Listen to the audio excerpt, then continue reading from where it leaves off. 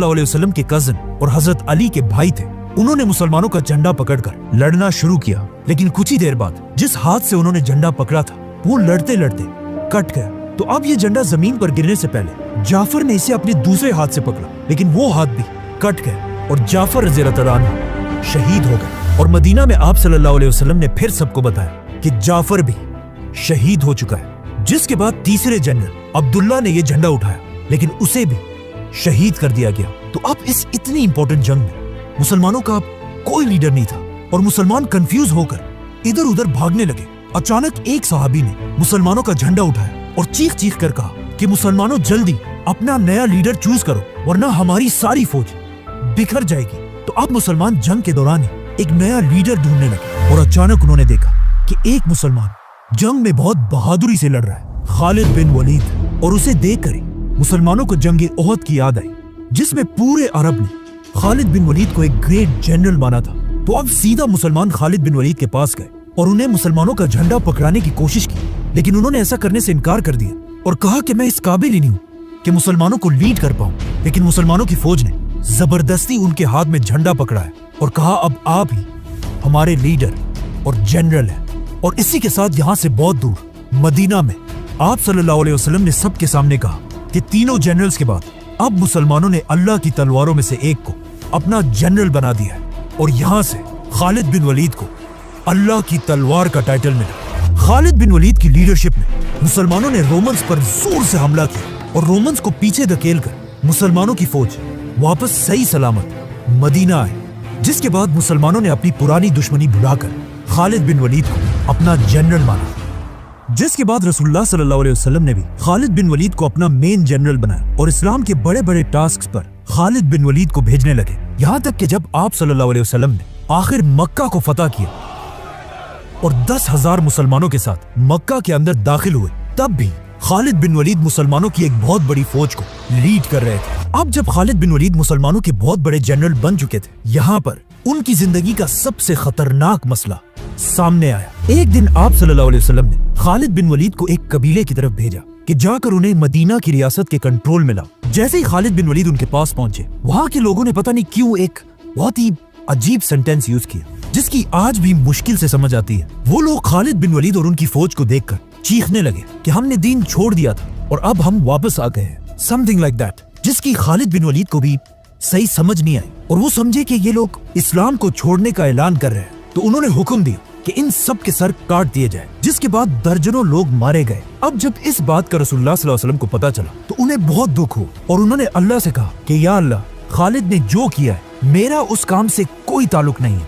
और फौरन हुक्म दिया कि खालिद बिन वलीद को मेरे पास बुलाया जाए। खालिद बिन वलीद ने आप सल्लल्लाहु अलैहि वसल्लम के पास आकर उन्हें इस सारी कंफ्यूजन का बताया, लेकिन पीछे खड़े अब्दुर्रहमान बिन औफ ने कहा कि तुम गलत कह रहे हो, तुमने इस कबीले के लोगों को मारकर सिर्फ अपने चचा की मौत का बदला लिया है, क्योंकि इस सब से बहुत साल पहले इसी कबीले के लोगों ने खालिद बिन वलीद के चचा को कत्ल किया था। खालिद बिन वलीद को अब्दुर्रहमान बिन औफ रज़ियल्लाहु अन्हु की इस बात पर गुस्सा आया, जिससे इन दोनों सहाबा के दरमियान एक सख्त बहस शुरू हुई।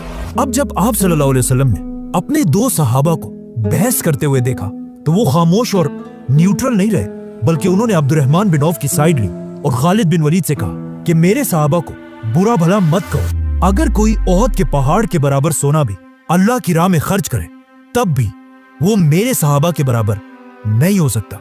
यहाँ पर पॉइंट ये है कि खालिद बिन वलीद खुद भी एक सहाबी थे, लेकिन उन्होंने इस्लाम बहुत देर बाद उस वक्त कबूल किया था जब इस्लाम के पास थोड़ी पावर आ चुकी थी।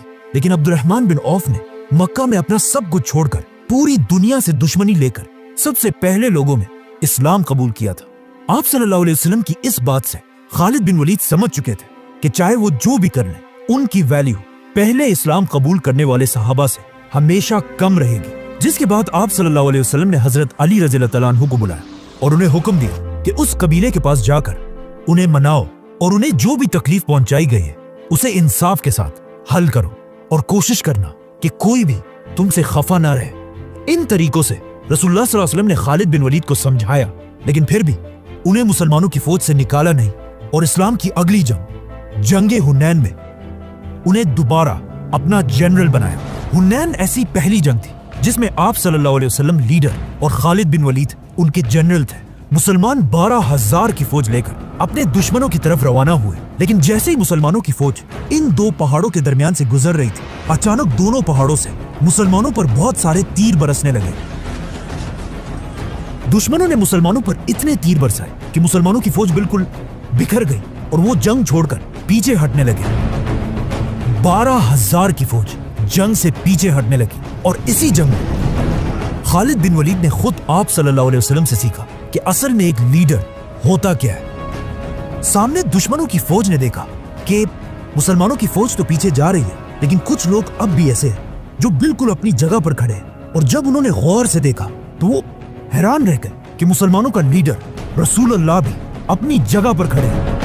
ये देखकर उनकी पूरी फौज फुल स्पीड रसूलुल्लाह सल्लल्लाहु अलैहि वसल्लम की तरफ बढ़ने लगी। लेकिन आप सल्लल्लाहु अलैहि वसल्लम भी पीछे हटने की बजाय अकेले दुश्मनों की फौज की तरफ बढ़ने लगे और जोर जोर से कहने लगे, मैं हूं मोहम्मद, अब्दुल्ला का बेटा।